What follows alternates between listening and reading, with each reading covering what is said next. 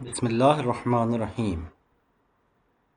قرآن کریم میں اسلامی طرز تفکر کے بنیادی خد و خال، سید علی خامنائی۔ 12واں حصہ، روح توحید، غیر خدا کی بندگی کی نفی۔ بسم اللہ الرحمن الرحیم۔ أفغير الله أبتغي حكما وهو الذي أنزل إليكم الكتاب مفصلا والذين آتيناهم الكتاب يعلمون أنه منزل من ربك بالحق فلا تكونن من الممترين وتمت كلمة ربك صدقا وعدلا لا مبدل لكلماته وهو السميع العليم صدق اللہ العلی العظیم۔ سورہ انعام آیات 114 تا 115۔ بسم اللہ الرحمن الرحیم۔ آج کے ہمارے نقطۂ نظر کا خلاصہ یہ ہے کہ ایک مرتبہ کسی کی عبادت کی جاتی ہے اس انداز سے کہ اسے مقدس اور عالم طبیعت سے مافوق طاقتوں کا مالک سمجھا جاتا ہے، جیسا کہ تاریخ میں بعض لوگ بتوں کی یا مقدس اور پارسا لوگوں کی عبادت کیا کرتے تھے۔ عبادت سے ابتدائی طور پر جو بات سمجھ میں آتی ہے وہ یہی ہے۔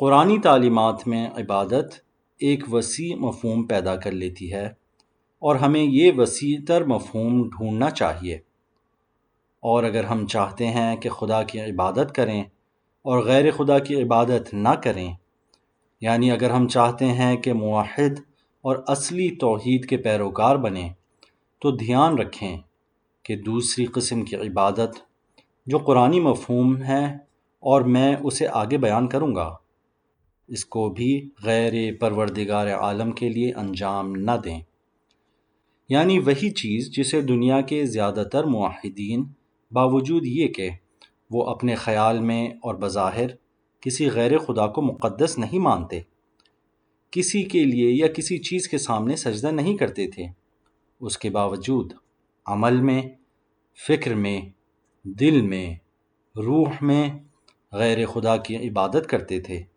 البتہ دوسرے معنی کے مطابق۔ عبادت کے دوسرے معنی کیا ہیں؟ عبادت کا دوسرا معنی بہت سادہ ہے۔ فارسی زبان میں یہ اطاعت کے معنی میں رائج ہے۔ مستقل طور پر اور بلا قید و شرط کسی کی اطاعت کرنا اس کی عبادت ہے۔ اگر کوئی انسان یا انسانوں کا کوئی معاشرہ کسی کی بلا قید و شرط اطاعت کرے، اس کے حکم کو اپنی زندگی میں، اپنے جسم و روح میں، اپنے عمل میں پیروی کے قابل سمجھے، تو اس نے اس کی عبادت کی ہے۔ ہم کہاں سے یہ بات کہہ رہے ہیں؟ قرآنی آیات پر تکیہ کرتے ہوئے ہم یہ بات کہہ رہے ہیں۔ یہ قرآن ہے جو ہمارے سامنے عبادت کو اطاعت کے معنی میں بیان کرتا ہے۔ عدی بن حاتم الطائی، مشہور حاتم طائی کا بیٹا، کہ اس عدی کا مقام اپنے باپ حاتم طائی سے بہت بلند اور بڑا ہے، جب مدینے پہنچا اور رسول اکرم نے اس کی گردن میں صلیب آویزاں دیکھی تو اس آیت کی تلاوت فرمائی: اتخذوا احبارهم ورهبانهم اربابا من دون الله والمسيح ابن مريم وما امروا الا ليعبدوا الها واحدا۔ آیت کا مطلب یہ ہے کہ مسیحیوں اور یہودیوں نے اپنے احبار اور رہبان یعنی علماء کو، اپنے عالموں اور زاہدوں کو، اور حضرت عیسیٰ ابن مریم کو اپنا پروردگار اور خدا بنا لیا، جبکہ خدائے متعال نے انہیں حکم دیا تھا کہ خدا کے علاوہ کسی کی عبادت نہ کریں۔ جب یہ آیت عدی بن حاتم تک پہنچی تو اس نے کہا، اے خدا کے رسول، یہ بات درست نہیں ہے۔ کب سے ہمارے احبار اور رہبان ہمارے رب شمار ہونے لگے؟ ہم نے کب ان کی عبادت کی؟ اس نے پیغمبر اکرم اور آیت قرآن پر اعتراض کیا۔ کیوں؟ کیونکہ اس کے ذہن میں عبادت کے وہی معنی تھے جو اس وقت آپ کے ذہن میں ہیں۔ جناب، وہ عبادت کر رہے ہیں، یعنی نیائش، یعنی تقدیس جیسی حالت اور کیفیت۔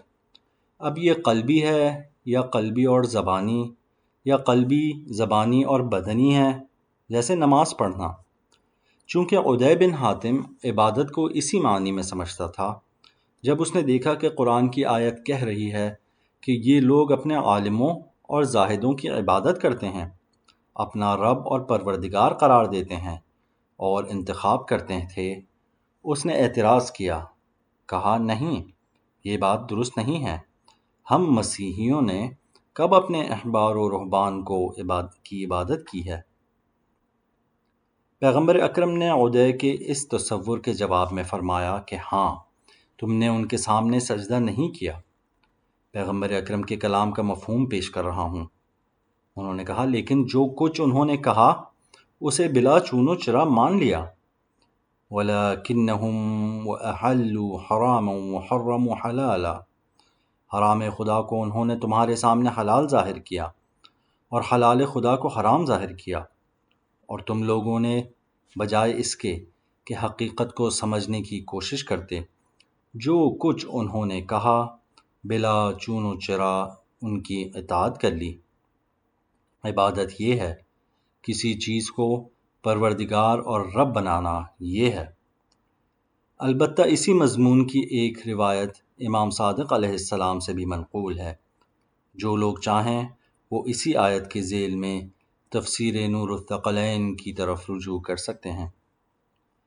قرآنی تعلیمات کے مطابق کسی بھی غیر خدا کی عبادت، خواہ وہ کوئی سیاسی طاقت ہو، خواہ وہ کوئی مذہبی طاقت ہو، خواہ وہ کوئی اندرونی عامل ہو، جیسے انسان کا نفس، اس کے نفسانی اور شہوانی تمائلات، وہ خواہشات، خواہ وہ کوئی ایسی چیز ہو جو انسانی نفس سے باہر ہو، لیکن کوئی باقاعدہ منظم سیاسی یا دینی طاقت نہ ہو، ایک عورت کے سامنے، ایک ایسے آدمی کے سامنے جس کے لیے کسی بے جا احترام کا قائل ہے، کسی دوست کے سامنے ان کی عبادت کرنا یعنی ان کی اطاعت کرنا۔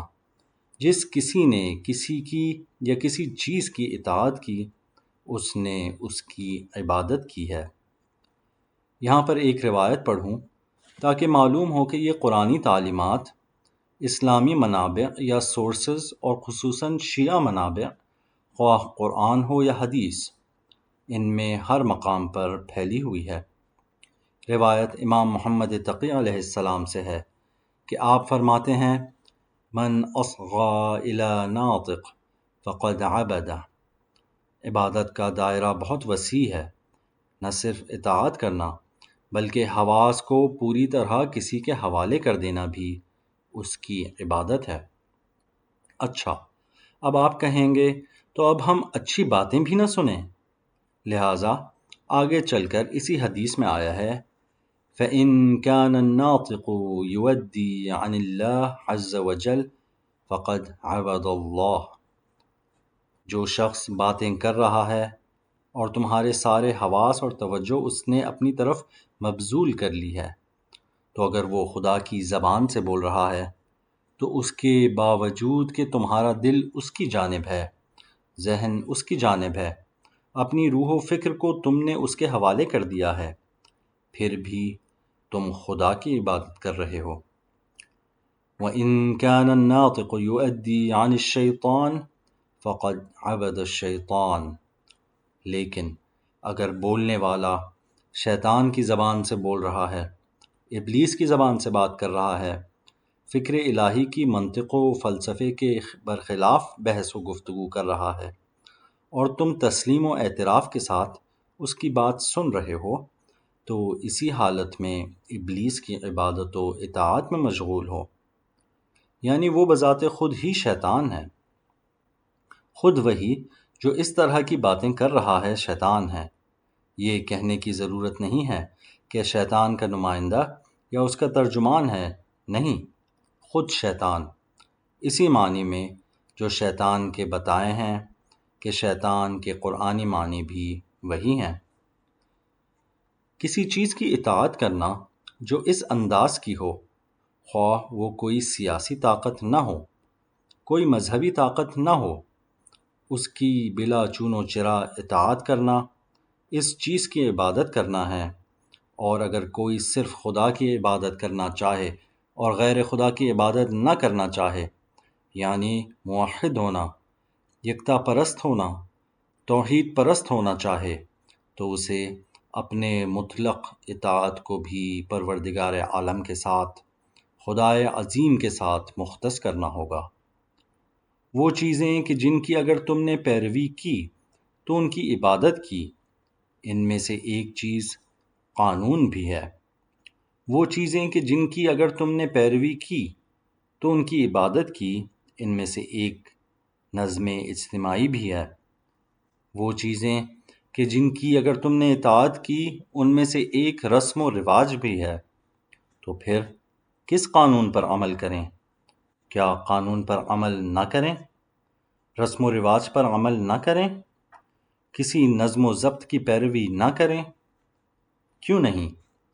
لیکن کوشش کرو کہ یہ سب خدائی ہوں، تاکہ تم اطاعت کرتے وقت، پیروی کرتے وقت خدا کے بندے بنے رہو اور عبادت خدا میں مشغول رہو۔ مجھے قرآن میں متعدد موارد ایسے ملے ہیں، میں 2 مورد لے کر آیا ہوں۔ یہ 2 نمونے ایسے ہیں جن سے خوب سمجھ میں آتا ہے کہ غیر خدا کی اطاعت اس کی عبادت ہے، اور خالص توحید دین کی روح اور دین کی بنیاد عبارت ہے اس بات سے کہ انسان اطاعت کو بھی خدا کی ذات میں منحصر سمجھے اور الہی پروگرام، الہی نظام اور الہی سسٹم ہی کی اطاعت کرے۔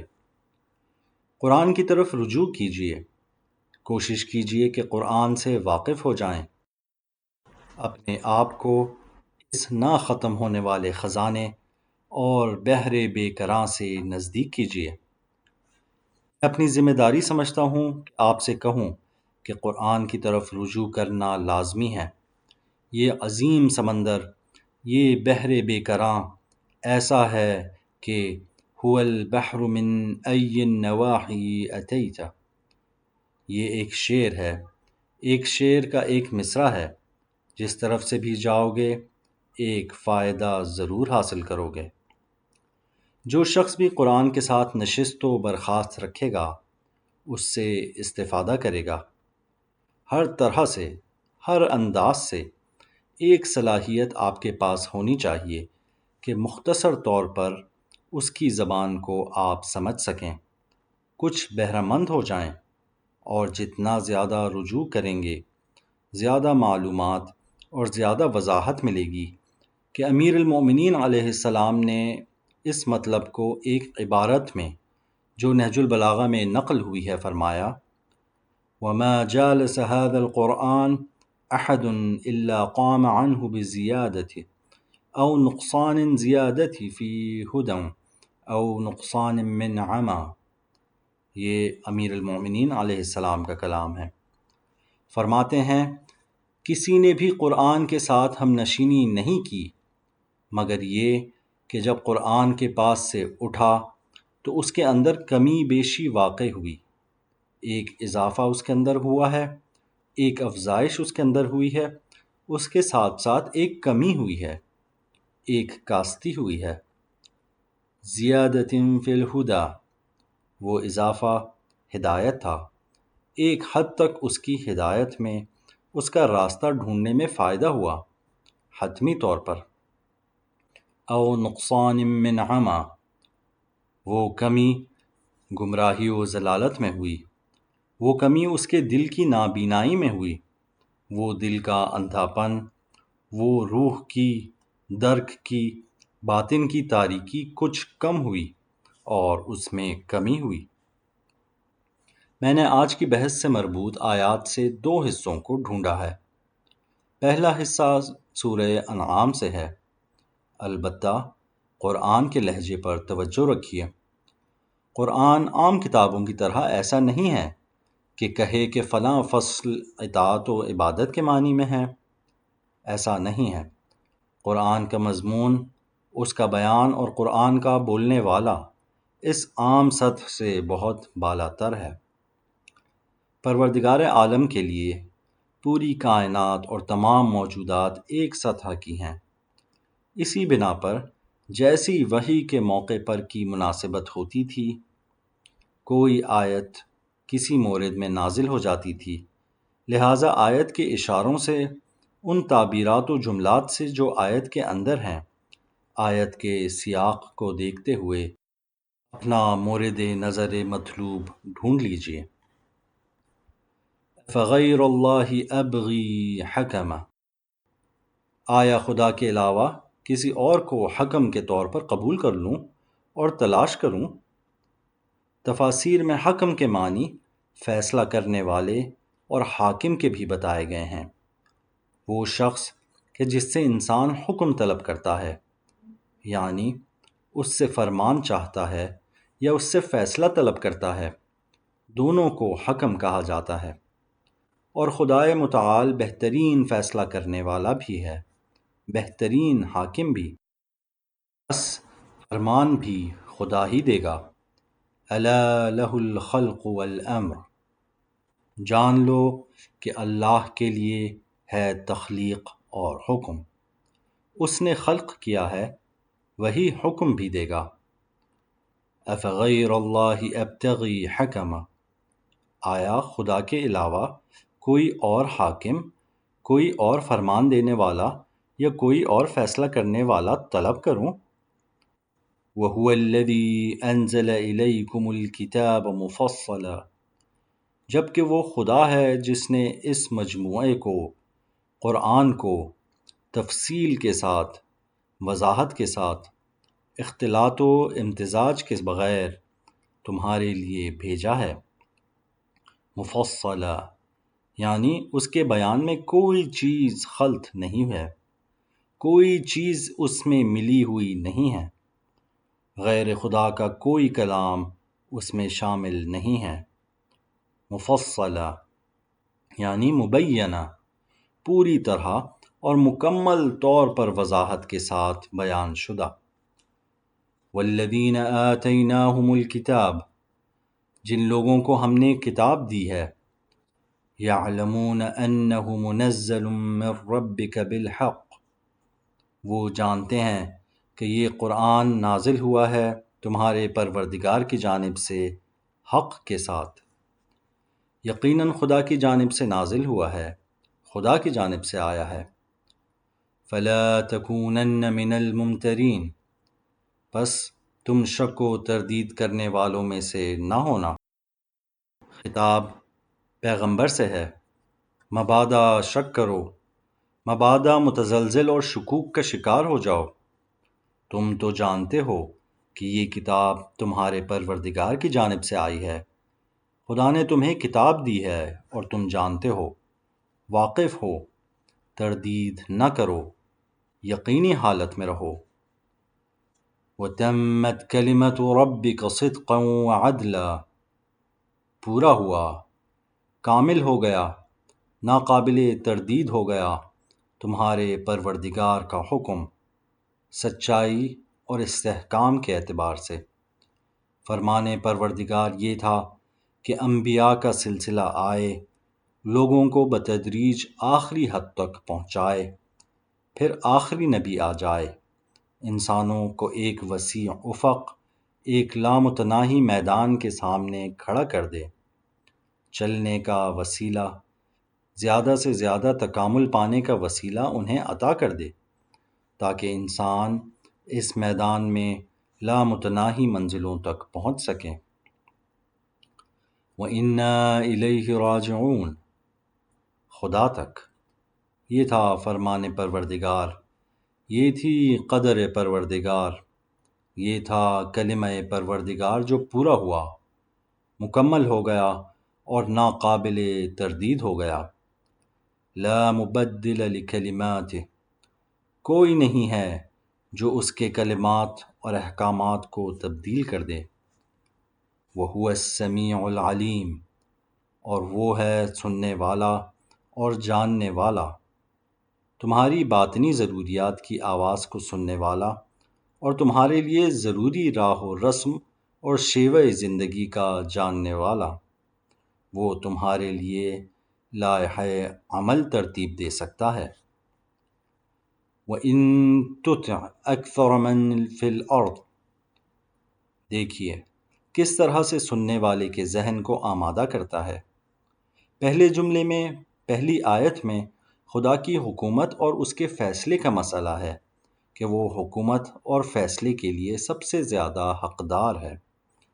دوسری آیت میں دین اور فرمان خدا کے ناقابل تردید ہونے کا مسئلہ ہے کہ دشمن، کافر، سرکش اور مخالف جو کرتا ہے کر لے، خدا کا حکم فیصلہ کن اور قطعی ہے۔ تیسری آیت میں یہ ہے کہ خواہشات اور ہوا و ہوس کی اطاعت نہیں کرنی چاہیے، خدا کی اطاعت کرنی چاہیے۔ وَإِن تُطِعْ أَكْثَرَ مَن فِي الْأَرْضِ يُضِلُّوكَ عَن سَبِيلِ اللَّهِ، اور اگر تم پیروی کرو گے روئے زمین کے زیادہ تر لوگوں کی، اکثریت کی، يُضِلُّوكَ عَن سَبِيلِ اللَّهِ، وہ تمہیں خدا کی راہ سے گمراہ کر دیں گے۔ إِن يَتَّبِعُونَ إِلَّا الظَّنَّ، وہ صرف گمان کی پیروی کرتے ہیں۔ وَإِنْ هُمْ إِلَّا يَخْرُصُونَ، وہ صرف اندازوں ہی سے کام لیتے ہیں۔ لوگ ظن پر، اندازے پر، گمان پر عمل کرتے ہیں۔ جو افراد لوگوں کے زندگی گزارنے کے لیے راستے، روشیں اور طریقے بناتے اور تجویز کرتے ہیں، کیا انہیں ان راستوں کے صحیح ہونے کا یقین ہے؟ اگر اپنی سادہ لوحی کے تحت یقین کر بھی لیں تو دعا کرنی چاہیے کہ 40-50 سال دنیا میں رہ جائیں تاکہ دیکھ لیں کہ ان کے مضبوط منصوبے کس طرح بیکار ثابت ہوتے ہیں، دیکھ لیں کہ ان کے اندازے کس قدر غلط ثابت ہوئے۔ انہیں یقین بھی نہیں ہے۔ وَإِنْ هُمْ إِلَّا يَخْرُصُونَ، تخمینوں سے، گمانوں سے، مفروضوں اور تھیوریوں سے چاہتے ہیں کہ دنیا کے لوگوں کو، انسانی معاشرے کو چلائیں، لیکن خدا خیالی تھیوری سے کسی کو نہیں چلاتا، سچی حقیقتوں کے ساتھ، حقیقی علم و دانش کے ساتھ انسانوں کو سیدھے راستے کی طرف ہدایت دیتا ہے۔ ان ربک هو اعلم من یضل عن سبیلہ، یقیناً تمہارا پروردگار ان کے حال سے زیادہ اچھی طرح واقف ہے جو اس کی راہ سے گمراہ ہو جاتے ہیں۔ وَهُوَ أَعْلَمُ بِالْمُهْتَدِينَ، اور وہ زیادہ اچھی طرح جانتا ہے ہدایت یافتہ اور راستہ پانے والوں کو۔ فَكُلُوا مِمَّا ذُكِرَ اسْمُ اللَّهِ عَلَيْهِ إِن كُنتُم بِآيَاتِهِ مُؤْمِنِينَ، یہاں انسان کمال تعجب سے دیکھتا ہے کہ پہلے ان کلی باتوں کے بعد کہ لوگوں کی اکثریت کی اطاعت نہیں کرنی چاہیے، ظن، گمان، خیالی تھیوری اور فرض پر نہیں چلنا چاہیے، آخری نبوت کے بارے میں اور دین کے بارے میں خدا کا حکم پورا، قطعی اور ناقابل تغیر ہو چکا ہے، ان سب کلی باتوں کے بعد اچانک کہتا ہے کہ جس چیز پر خدا کا نام لیا گیا ہو اس میں سے کھائیں، جس بھیڑ کو خدا کے نام کے ساتھ ذبح کیا گیا ہو اس میں سے کھا سکتے ہو۔ ایک فرعی مسئلہ انسان کو بہت زیادہ تعجب آمیز لگتا ہے کہ یہ چیزیں آپس میں کیا ارتباط رکھتی ہیں۔ البتہ ارتباط کے حوالے سے جو کچھ میں کہوں گا یہ بھی وہی چیزیں ہیں جو میں اپنے تصور کے ذریعے کہہ رہا ہوں، اس کے اوپر کوئی قطعی ثبوت نہیں ہے۔ غور و فکر کرنے اور سمجھنے اور درک کرنے کے لیے راستہ کھلا ہے، مطالعہ کریں، اس تناسب کو ڈھونڈیں۔ البتہ کچھ چیزیں ہمارے سامنے بھی آ رہی ہیں۔ اولاً، جیسا کہ ہم نے عرض کیا، پروردگار عالم جو کہ اس کائنات سے بالا تر اور انسان کے تصور سے کہیں بلند افق اور سطح پر ہے، اس کی نظر میں تمام مسائل ایک ہی سطح پر ہیں۔ خدا کے لیے انسان کی نسبت کلی مسائل اور جزوی مسائل میں کوئی فرق نہیں رکھتی، سب ایک ہی ہیں۔ خدا کے لیے ہر چیز ایک ہی ہے۔ جو کچھ انسان کی سعادت کی بنیاد ہے، وہ خدا کے لیے ایک حکم کی حیثیت رکھتا ہے۔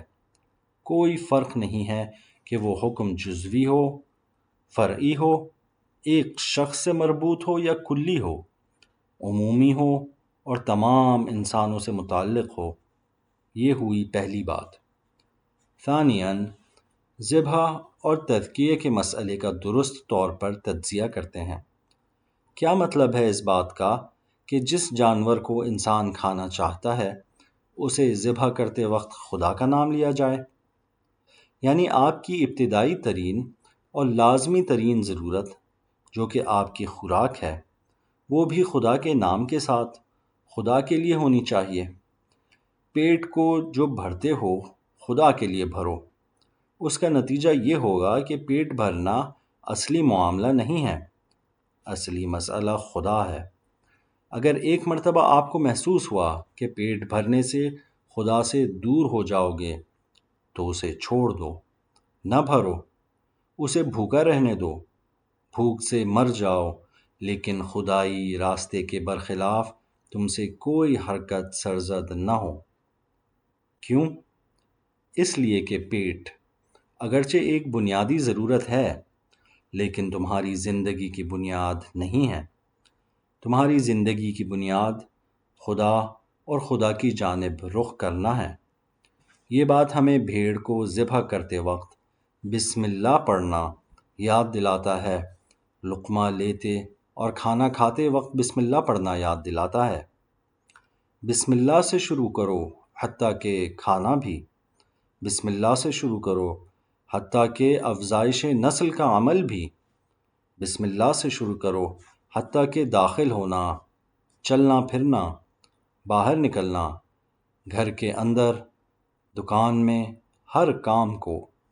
کیا مطلب؟ یعنی تمہاری زندگی کا ہر رخ ہر ضرورت کو پورا کرنے کے لیے اگرچہ لازمی ترین ضروریات ہی کیوں نہ ہوں، فرمان خدا کے مطابق اور فی سبیل اللہ ہونا چاہیے۔ فَكُلُوا مِمَّا ذُكِرَ اسْمُ اللَّهِ عَلَيْهِ، کھاؤ اس میں سے جس پر خدا کا نام لیا گیا ہو۔ ان کنتم بآیاتہ مؤمنین، اگر تم خدا کی آیات پر ایمان رکھتے ہو۔ وما لکم الا تأکلوا مما ذکر اسم اللہ علیہ، تمہیں کیا ہو گیا ہے، یعنی کس دلیل کی بنیاد پر، کس لیے الا تأکلوا نہیں کھاتے ہو، مما ذکر اسم اللہ علیہ اس میں سے جس پر خدا کا نام لیا گیا ہے۔ وَقَدْ فَصَّلَ لَكُم مَّا حَرَّمَ عَلَيْكُمْ إِلَّا مَا اضْطُرِرْتُمْ إِلَيْهِ، جبکہ خدا نے تفصیل کے ساتھ، وضاحت کے ساتھ بیان کر دیا ہے تمہارے لیے اس چیز کو جو تمہارے اوپر حرام ہے، مگر اضطراری حالت میں۔ اس کے علاوہ ہر چیز تمہارے لیے حلال ہے۔ وَإِنَّ كَثِيرًا لَيُضِلُّونَ بِأَهْوَائِهِمْ بِغَيْرِ عِلْمٍ، بہت سے لوگ گمراہ کرتے ہیں اپنی ہوس کی بنا پر لوگوں کو، بغیر علم، بغیر بصیرت کے، صرف اپنی ہوا و ہوس کی وجہ سے لوگوں کو گمراہی کی طرف لے جاتے ہیں۔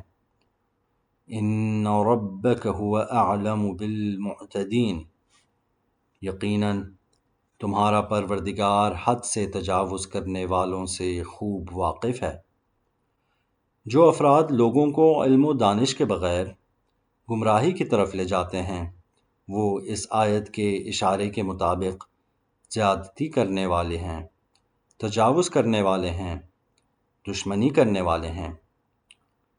وَذَرُوا ظَاهِرَ الْإِثْمِ وَبَاطِنَهُ، چھوڑ دو اس چیز کو جس کا گناہ ظاہر ہے اور اس چیز کو جس کا گناہ پوشیدہ اور مخفی ہے۔ کچھ کام ایسے ہیں جن کے اشکالات، جن کے برے نتائج ظاہر ہوتے ہیں۔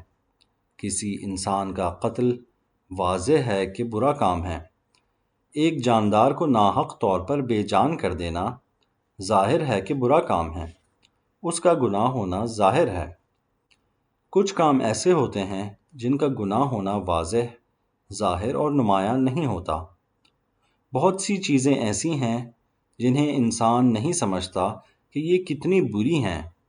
بغیر علم کے بات کرنا، لا علم کے پیچھے چل پڑنا، خدا کے نام اور خدا کی یاد کو ہلکا اور معمولی سمجھنا، غیر خدا کی اطاعت کرنا، غیر خدا کے فرمان کو سننا، یہ ایسی چیزیں ہیں جن کے بارے میں انسان کے ذہن میں یہ خیال نہیں آتا کہ یہ اتنی نقصان دہ اور برے نتائج کی حامل ہوں گی۔ خفیہ ہے، پوشیدہ ہے اس کا گناہ ہونا، لیکن بہرحال دونوں کو چھوڑ دینا چاہیے۔ ہر اس چیز کو جو گناہ ہے، خواہ ظاہر ہو یا پوشیدہ۔ وَذَرُوا ظَاهِرَ الْإِثْمِ وَبَاطِنَهُ، اور چھوڑ دو ان چیزوں کو جو ظاہر الاثم ہیں، ان کا گناہ ہونا ظاہر ہے، اور باطن الاثم ہے، ان کا گناہ ہونا باطن ہے اور پوشیدہ ہے۔ إِنَّ الَّذِينَ يَكْسِبُونَ الْإِثْمَ سَيُجْزَوْنَ بِمَا كَانُوا يَقْتَرِفُونَ، جو لوگ گناہ کا ارتکاب کرتے ہیں انہیں سزا دی جائے گی ان اعمال پر جو وہ انجام دیتے ہیں۔ وَلَا تَأْكُلُوا مِمَّا لَمْ يُذْكَرِ اسْمُ اللَّهِ عَلَيْهِ وَإِنَّهُ لَفِسْقٌ، اور نہ کھاؤ ان چیزوں میں سے جن پر اللہ کے نام کا ذکر نہ کیا گیا ہو۔ وَإِنَّهُ لَفِسْقٌ، یہ فسق ہے، دین سے نکل جانا ہے۔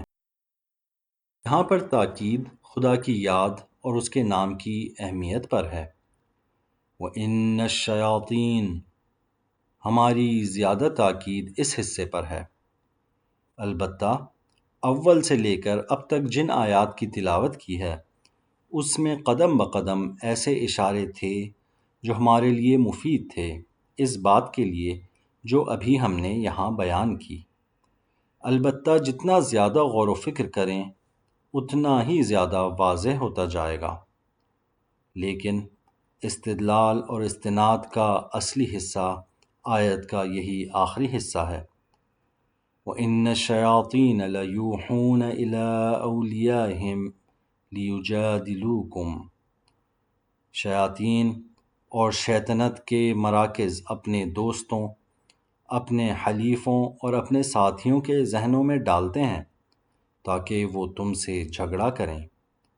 شیاطین اور فساد و گمراہی کے مراکز اپنے ساتھیوں کو، اپنے چیلوں کو، اپنے حلیفوں کو اور اپنے وابستگان کو اندر سے بھرتے ہیں تاکہ وہ آ کر تم لوگوں سے بحث و مباحثہ کریں، تکرار اور کج بحثی کریں۔